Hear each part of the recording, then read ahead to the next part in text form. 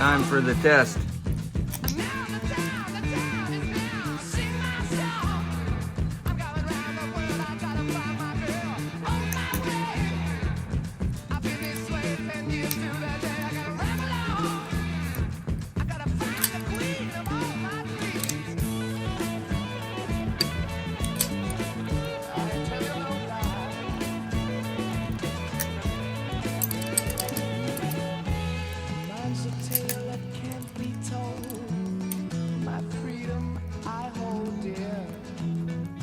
And the cool thing is it no longer over fucking rotates. Why in the hell? Oh, that's right. Duh.